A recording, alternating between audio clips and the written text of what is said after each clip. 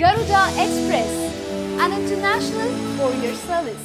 సాయి పల్లవి ఇప్పుడు తెలుగు రాష్ట్రాల్లోని సినీ ప్రేక్షకులను ఫిదా సినిమా గురించి అడిగితే ఆమె పేరు చెప్పకుండా ఆమెను పొగడకుండా ఉండలేకపోతున్నారు. అంతలా తన అభినయంతో ఆకట్టుకుంది సాయి పల్లవి.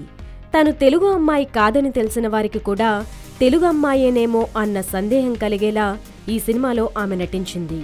ఆమె అందం, అభినయానికి తెలుగు ప్రేక్షకులు నిజంగానే ఫిదా అయ్యారు. ప్రేమం, ఫిదా సినిమాలు రెండూ ఆమెకు జీవితాంతం గుర్తుండిపోతాయనడం అతిశయోక్తి కాదేమో.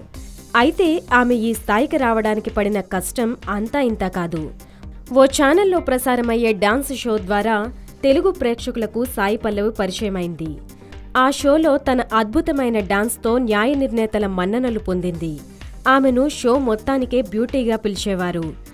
అయితే ఆమె ఆ షోలో ఆద్యంతం జడ్జీలను ఆకట్టుకోలేకపోయింది.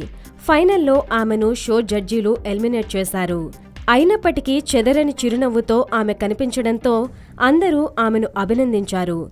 తను ఈ షోలో ఎలిమినేట్ అయినప్పటికీ ఎన్నో విషయాలు నేర్చుకున్నానని, ఫోక్ డాన్స్ బాగా నేర్చుకున్నానని ఆమె చెప్పిన విధానం సింప్లిసిటీకి నిదర్శనం. ఆమె తల్లిదండ్రులు స్టేజ్ పైకి వచ్చి ఇన్నాళ్లు ఆదరించిన తెలుగు ప్రేక్షకులకు ధన్యవాదాలు తెలిపారు. అలా ఎలిమినేట్ అయిన సాయి పల్లవి ప్రేమంతో నటనలో, డాన్స్లో బేష్ అనిపించుకుంది. ప్రేమంలో ఉన్న ఒక్క ఫోక్ డాన్స్ సీన్ సినిమాకే హైలైట్గా నిలిచింది. ఫిదాతో తెలుగు ప్రేక్షకులను అలరించింది. అలా అప్పట్లో ఓడిపోయి ఇప్పుడు ఇంత పనిచేసి తెలుగు ప్రజల గుండెల్లో చిరస్థాయిగా నిలబడింది సాయి పల్లవి.